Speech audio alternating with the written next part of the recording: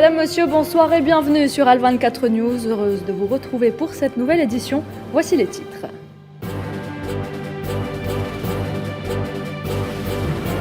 Le Liban s'insurge de l'exploitation du champ gazier de Karish par l'entité sioniste. Beyrouth hausse le ton devant cette provocation.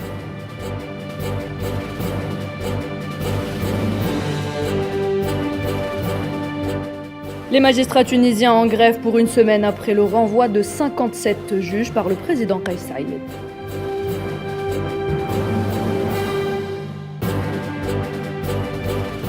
Le chef de la diplomatie russe, Sergueï Lavrov, annule son voyage en Serbie où il devait mener des pourparlers aujourd'hui en raison de la fermeture de l'espace aérien de 3 pays européens.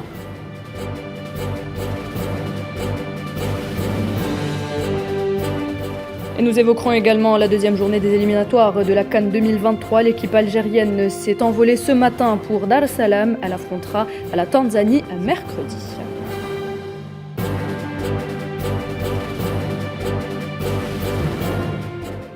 Nous le disions à l'instant, l'entité sioniste poursuit ses intimidations envers le Liban en relançant ses activités de forage dans les champs de Karish situés dans une zone maritime faisant l'objet d'un important litige entre les deux parties, une opération qualifiée de provocation par le gouvernement libanais. Khalden Batache. Habituée aux violations et spoliations en tout genre, l'entité sioniste empiète sur la terre des uns et s'attaque à la mer des autres. Une fois de plus, elle met en danger l'intégrité territoriale et économique du Liban en s'arrogeant le droit de pénétrer dans un espace maritime en litige. Une unité flottante appartenant à la compagnie Energean a pénétré dans le champ pétrolifère offshore de Karish, en Méditerranée orientale, en vue d'y entamer des travaux de prospection pétrolière et gazière, situés bien au-delà de la ligne OFF contestée par le Liban depuis plusieurs années. Une zone de 1430 km² revendiquée par le Liban, le champ de Karish a tapé dans les yeux des sionistes, cherchant à grignoter le maximum de superficie possible au niveau de la zone abritant les ressources en hydrocarbures en raison de l'imbrication des gisements. Loin d'être la première incursion sioniste dont les eaux territoriales ont litige entre les deux parties, l'entité fait montre de son mépris du droit international qu'elle bafoue à tort et à travers. Dimanche, le président libanais Michel Aoun a averti que toute activité de forage dans les eaux territoriales contestées avec le Liban constituerait une provocation et un acte hostile. Le pays du Cèdre invite l'émissaire américain Amos Hochstein à Beyrouth pour poursuivre les négociations sur la démarcation de sa frontière maritime. Des négociations entamées en 2020 et suspendues depuis plusieurs mois. De son côté, le premier ministre libanais sortant Naguib Mikati a annoncé ce lundi que le Liban ne compte pas rester les bras croisés devant ce nouvel acte d'agression et en appelle à l'intervention des Nations Unies et des grandes puissances.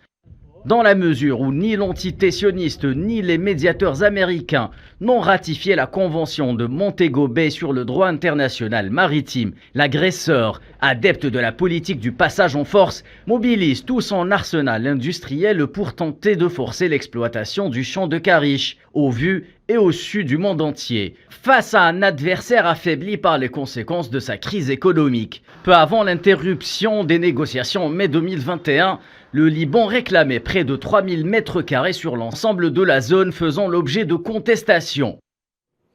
L'entité sioniste poursuit par ailleurs ses violations à la mosquée Al-Aqsa, ce qui inquiète l'État palestinien qui craint de voir le pire des scénarios se produire et rappelle la nécessité de se tenir au cadre légal concernant la gestion du culte au sein même de la mosquée. Tinhinan Makassi. Les incursions quotidiennes et récurrentes des colons à la mosquée d'Al-Aqsa sont des invasions, non pas de simples visites dans un lieu saint, affirme l'autorité palestinienne avant de rappeler le cadre légal et la gestion du culte en vigueur à Al-Aqsa depuis 1967. Déplorant en outre la politique des 2 poids 2 mesures de la communauté internationale qui refuse de jouer son rôle de médiateur alors que l'entité sioniste bafoue les conventions et les accords internationaux. Dans le même sillage, l'autorité palestinienne appelle les États-Unis d'Amérique à faire face à ses responsabilités en déclarant, je cite, « Nous appelons l'administration américaine à assumer ses responsabilités et à obliger Israël à mettre fin à ces escalades de violence ainsi qu'à la prise d'assaut de la mosquée d'Al-Aqsa. » Fin de citation. À noter que depuis samedi 4 juin, les forces sionistes ont mis en place un siège sur l'enceinte de la mosquée d'Al-Aqsa, interdisant l'accès aux Palestiniens de moins de 40 ans. Pour rappel, depuis le 15 avril dernier, plusieurs associations juives ont annoncé leur intention d'enfreindre le statu quo en vigueur à Al-Aqsa et d'accomplir des rites religieux dans la cour de la mosquée. Une décision fortement soutenue par les autorités sionistes, qui y mènent une offensive dès le 15 au matin à l'intérieur même de la mosquée d'Al-Aqsa, en utilisant des obus lacrymogènes, des bombes assourdissantes sur les fidèles, blessant au moins 90 Palestiniens. Et les relations entre le Maroc et l'entité sioniste se renforcent de jour en jour. Le ministre israélien de la Défense, Benny Gantz, est attendu une nouvelle fois au Maroc où il doit s'entretenir avec Nasser Bourita, chef de la diplomatie marocaine. Face à ce rapprochement, justement, la rue marocaine ne décolère pas. De nombreuses voix s'élèvent pour dénoncer la politique de normalisation avec l'entité sioniste, le tout sur un fond de ras-le-bol chauffé par l'augmentation des prix des produits de large consommation ainsi que du carburant. Une exaspération des Marocains qui suscite l'inquiétude de Rabat. Les explications de Karim Bouaziz. Une entente aux multiples facettes, le Marzen et l'entité sioniste. Entente scellée sur le temps vraisemblablement à observer la pléthore d'accords consacrés depuis quelques semaines. Innovation numérique, télécommunications, industrie, haute technologie, sécurité sans parler de divers autres moutures politiques conjuguant à approfondir une normalisation signée en 2020. La diplomatie marocaine a pris une tangente néanmoins qui n'est pas au goût, il faut le dire, du Marocain moyen. En effet, ici et là, des fois s'élèvent pour dénoncer cette lune de miel contre nature avec l'hydre sioniste. Et pour cause, associations citoyennes, opposants particuliers, voire même chefs de partis politiques à l'instar de Abdallah Bouanou du Parti de la Justice et de Développement qui montent au front pour dénoncer le traitement désastreux auquel sont soumises les voix critiques. Le régime, en guise de réponse, ne lésine pas à museler ces voix discordantes, à l'exemple de l'interdiction par les autorités marocaines de la marche du Front social prévue hier et dont le but était de dénoncer le flirt diplomatique vérolé ainsi qu'une flambée des prix comme les produits de base et les carburants. Au demeurant, le calendrier d'une normalisation n'est pas le fait du hasard. Le Marzen a en effet profité de l'état d'urgence durant la pandémie Covid et son lot de restrictions en tout genre pour apposer une normalisation dans plusieurs domaines tout en réduisant à néant le sentier des droits et libertés des militants sur le terrain. Entre la sagesse populaire et la courbure d'échine, Mohamed VI ou le risque de la scoliose. Par ailleurs, et sur un autre versant, quoique, l'observateur marocain contre la normalisation alerte quant à l'ouverture à Casablanca et Rabat des bureaux de la chaîne d'information sioniste. Le site choisi pour l'inauguration est le fameux site archéologique Shelah, véritable trésor archéologique datant du Moyen-Âge et dont la civilisation idrisside et almoravide en ont fait une nécropole témoignant des plus belles séquences de l'islam dans la région. L'Observatoire marocain contre la normalisation n'hésite pas, lui, à parler de profanation. Profanation comme semble être le ressenti du Marocain du quotidien, dont la colère continue d'être larvée, mais jusqu'à quand ?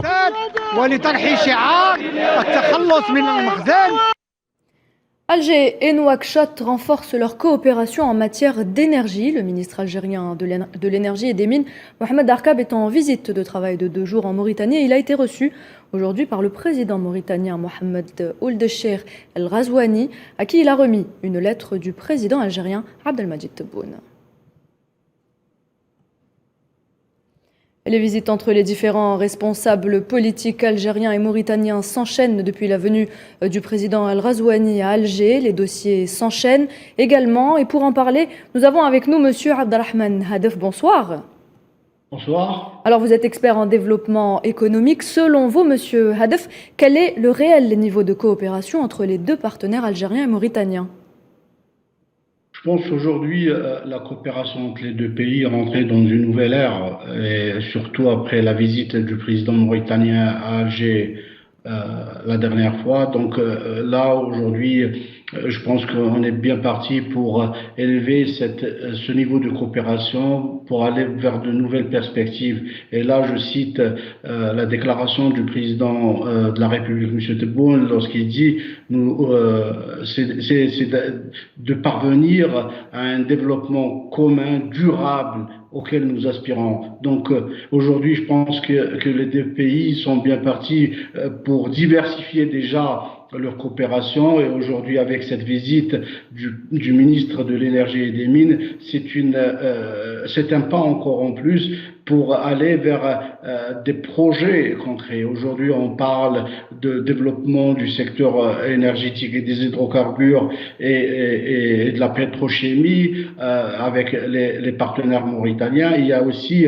la coopération dans le domaine électrique, et n'oublions pas aussi les projets miniers pour lesquels l'Algérie est en train de donner une dimension stratégique ces 2 dernières années, et la Mauritanie serait une des plateformes, si on peut dire, avec lesquelles nous allons essayer de se déployer à l'international à travers toute l'infrastructure qui est en train d'être mise en place après l'ouverture du poste frontalier entre les deux pays. Et surtout, il faut le noter, le projet que compte réaliser l'Algérie pour relier Tindouf à Zouirat, le projet routier d'une longueur de plus de 800 km qui sera réalisé par des entreprises algériennes. Donc tout cela, c'est du concret, c'est des projets qui sont en train d'être réalisés pour un meilleur partenariat. Sur la traque, n'oublions pas que dans la pétrochimie et dans les dérivés des hydrocarbures, est en train d'exporter plus de 550 000. Merci beaucoup, Monsieur Abdelrahman Hadef. Merci pour cet éclairage. Merci d'avoir accepté de répondre à nos questions. Je rappelle que vous êtes expert en développement économique. Opération séduction à présent pour les produits algériens à l'occasion du salon Made in Algeria qui a ouvert ses portes aujourd'hui dans la capitale libyenne. Une exposition destinée à faire connaître les produits fabriqués à 100% en Algérie. L'occasion également pour les entreprises algériennes de partager leur savoir dans différents domaines, à savoir les travaux publics, la construction, l'industrie alimentaire ou encore la quincaillerie. L'Algérie qui œuvre pour le renforcement de son économie à travers des mesures incitant à davantage d'investissements. Et justement, le président algérien Abdelmadjid Tebboune a présidé hier une réunion du Conseil des ministres dédiée au suivi de plusieurs dossiers, parmi lesquels la promotion des investissements et l'ouverture de nouvelles agences bancaires nationales à l'étranger, et notamment dans les pays africains. Le chef de l'État a par ailleurs mis l'accent sur l'importance de la libération totale du parcours des projets d'investissement du système bureaucratique au profit d'une approche purement commerciale. Abdelmadjid Tebboune a également donné des instructions à son gouvernement pour la préparation de la phase transitoire entre la Caisse nationale d'épargne et de prévoyance et la Caisse nationale du logement en vue du lancement effectif de la Banque de l'Habitat. Direction la Tunisie à présent, les magistrats sont en grève dès aujourd'hui sur l'ensemble du territoire en signe de contestation suite au limogeage de 57 juges par le président Kais Saïed. Un limogeage justifié par une volonté d'assainir le secteur judiciaire de toute forme de corruption et d'entrave au bon fonctionnement de la justice. La grève devrait durer une semaine. Leïla Gertal. Les magistrats tunisiens de nouveau en colère, ils seraient en grève contre les décisions du président tunisien Kais Saïed qui fait la controverse depuis le début, c'est-à-dire depuis l'annonce le 25 juillet 2021 de dissoudre le Parlement et de poursuivre les magistrats corrompus sur lesquels pèsent des accusations avérées. Cette décision, saluée par une grande majorité de Tunisiens, n'a cependant pas fait l'unanimité, notamment au sein de la classe politique qui a sévèrement critiqué la décision du président.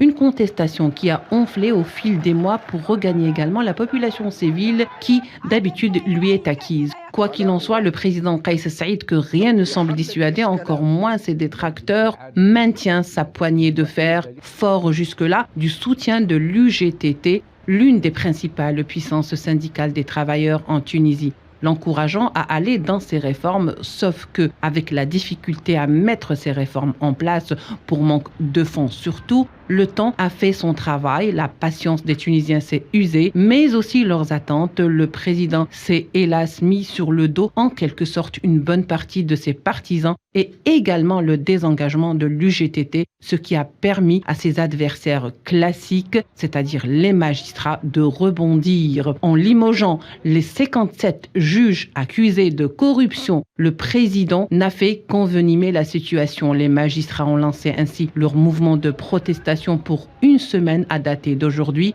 une contestation qui a gagné tous les tribunaux. Ils dénoncent, je cite, l'ingérence du président dans le pouvoir judiciaire. Kais Saïed, pour sa part, les accuse de corruption et d'entrave à des enquêtes. En Tunisie, toujours, le président Kais Saïed a reçu cet après-midi au palais de Carthage son premier ministre Najla Bouden. Le président tunisien a annoncé un mouvement au sein du corps des gouverneurs de Wilaya, une décision destinée selon lui à préparer un climat propice à la réussite du prochain référendum. Les dirigeants ouest-africains réunis ce week-end à Accra se sont séparés sans s'entendre sur les sanctions à l'encontre du Mali, du Burkina Faso ou encore de la Guinée. Des décisions qui devront être prises lors du nouveau sommet prévu à Accra le 3 juillet prochain. Et pour en parler, nous avons avec nous en direct via Skype Monsieur Massiré Diop, journaliste au journal malien L'Indépendant. Monsieur Diop, bonsoir. Bonsoir. Alors selon vous, quelle réaction à Bamako après ce report? Le Mali s'attend-il à un endurcissement des sanctions? Non, pas un endurcissement des sanctions, mais je crois que les deux parties, en tout cas, sont presque en train de parvenir à un accord. Maintenant, c'était presque fait. Il y a quelques mois qui opposent les deux camps. La décision a été prise de de faire un autre sommet le 3 juillet afin de décider du sort à réserver à ces sanctions. Les Maliens, en tout cas, étaient très optimistes et beaucoup pensaient que les sanctions allaient être levées durant ce sommet du 4 juin. Malheureusement, ça n'a pas été le cas. Visiblement, jusqu'à présent, il y a un problème de date qui oppose les deux camps.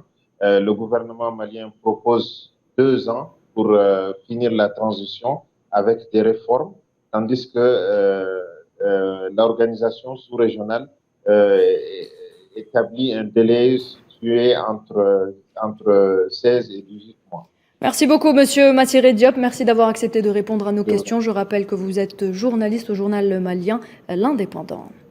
L'actualité, c'est également le gouvernement de Kinshasa qui accuse le Rwanda de soutenir le M23, mouvement du 23 mars, que de violents combats ont opposé fin mai à l'armée de la République démocratique du Congo.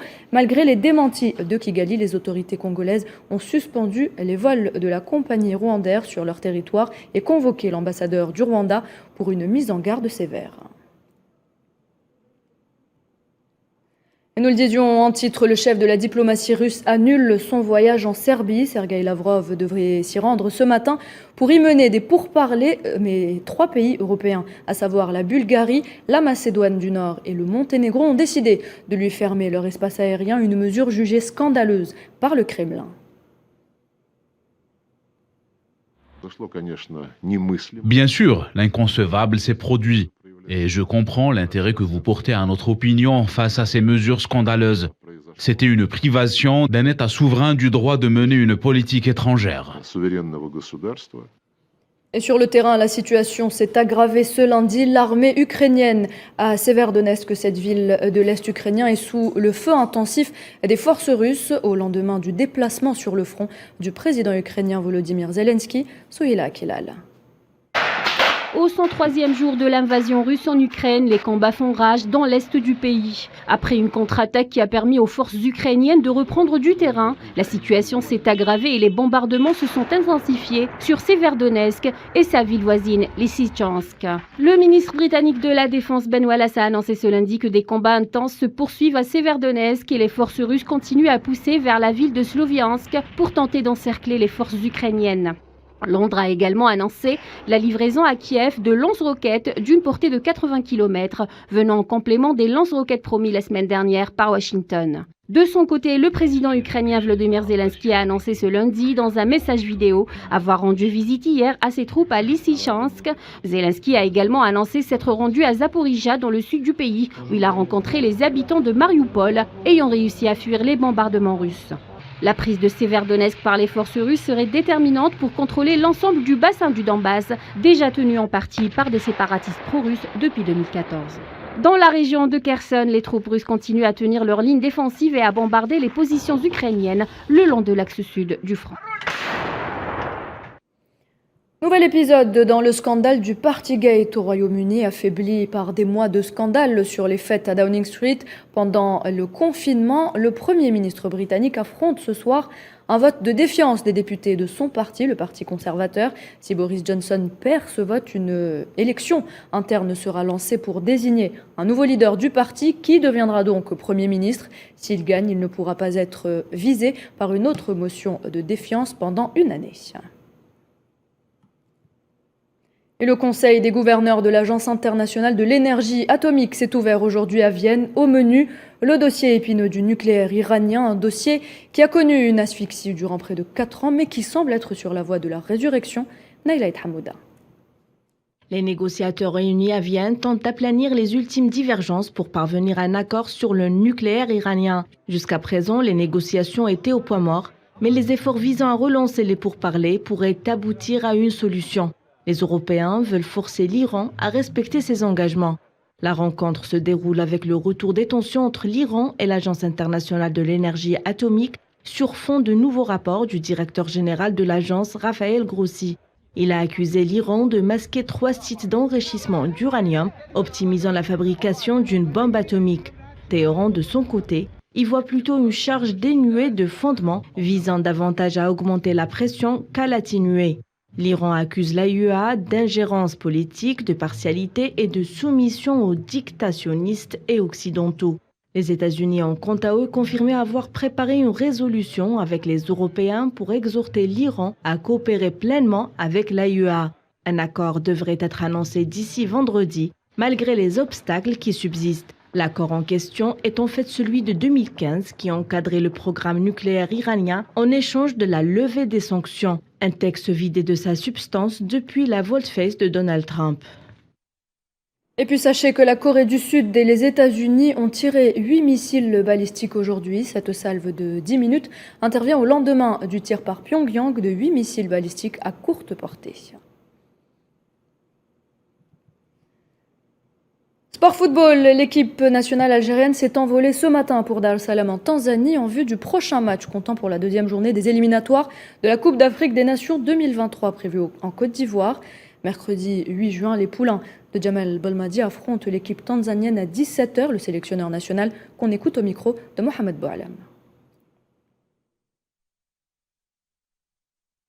Mais en tous les cas, ouais, à part Hichem sur lequel il y a un petit doute, tout le monde est apte. On se réfère au dernier, déjà leur dernier match qu'ils ont joué contre le Niger il y a 2 jours de ça. Donc rien de surprenant, on connaît cette équipe-là. On a pu les jouer en 2019. Bon, il y a eu une évolution d'équipe, mais dans l'ensemble, l'ossature elle est toujours là, donc on la connaît bien. On a aussi comme expérience un match, je crois, sous l'ère Gourcuff, qui avait été un match difficile là-bas en Tanzanie, un déplacement difficile. Donc on s'appuie aussi là-dessus, surtout sur l'idée de quel genre d'équipe on peut avoir, d'atmosphère qu'on peut avoir. Et c'est l'événement de cet été. Nous sommes à moins d'1 mois de l'ouverture des Jeux méditerranéens prévus à Oran pour cette 19e édition des Jeux. Al Bahia vous promet du spectacle. 26 pays seront réunis pour s'affronter dans plusieurs disciplines. Rendez-vous du 25 juin au 6 juillet. Salah Faisal. Oran, le paradis de la Méditerranée. À 18 jours des GM, Oran est toujours la ville des couleurs, des civilisations, de la modernité. Oran, la mosaïque est le cœur battant de la Méditerranée. Pour les athlètes comme pour le public, le rendez-vous sportif sera un moyen de renouer avec l'histoire d'une ville où le nom est inspiré des lions, Wahran. Oran est belle, éternelle. Oran est juste magnifique et pour la décrire, les artistes n'ont pas fini. Si vous êtes de la Méditerranée, Oran est votre maison. Les Jeux méditerranéens de 2022 seront les meilleurs, une expérience à garder dans les mémoires. Oran est rayonnante avec son nouveau stade olympique construit spécialement pour l'événement. À Wahran, on a pensé à tout.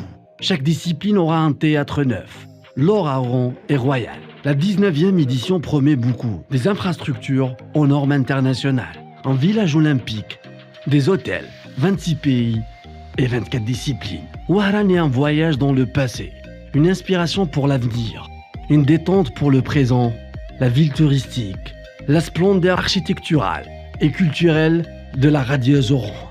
Avec le fort et la chapelle de Santa Cruz, une vue magnifique, envie de dominer toute la ville d'Oran et la Méditerranée.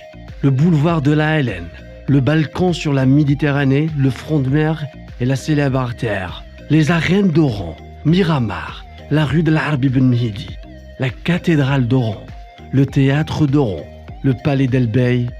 Oran, c'est aussi le rail, la musique, la ville de la joie. Disco Maghreb est témoin. Pour la cuisine, les saveurs d'Oran sont uniques. En été, le climat est beau. La plage et des brises au front de mer. Les bruits dans le marché de la Bastille. La gloire des champions à Oran. Les GM auront un goût royal. Oran est prête. Et vous? Et pour revenir justement sur cette 19e édition des Jeux méditerranéens que s'apprête à accueillir la ville d'Oran, nous avons avec nous M. Ma'ammar Mamouni, ex-footballeur international algérien. Bonsoir. Bonsoir. Alors 26 pays, 24 disciplines, que représente selon vous cette 19e édition des Jeux méditerranéens pour la ville d'Oran? Écoutez, comme j'ai vu moi à la télé, tout ça, toutes les infrastructures qui ont été réalisées pour cet événement, ça va être un événement magnifique avec toutes ces disciplines. Et ça faisait longtemps qu'on n'avait pas vu ça à Wahran, donc avec l'investissement, toutes les personnes qui ont mis tout leur cœur pour réaliser toutes ces infrastructures, pour que les disciplines se passent de bonne augure. Et Inch'Allah, j'espère que l'Algérie nous représentera bien pour toutes ces épreuves, toutes ces disciplines. Et on a tout cœur de regarder ça et de se mettre devant la télé et de les encourager. Eh bien, c'est tout ce que l'on souhaite. Rendez-vous donc du 25 juin au 6 juillet. Merci beaucoup, Ma'ammar Mamouni. Je rappelle que vous êtes ex-footballeur international algérien. C'est avec cet appel téléphonique que l'on arrive à la fin de cette édition. Merci de l'avoir suivi. Tout de suite, la météo avec Amel Améziane Zitouni. Très bonne suite des programmes sur Al24 News.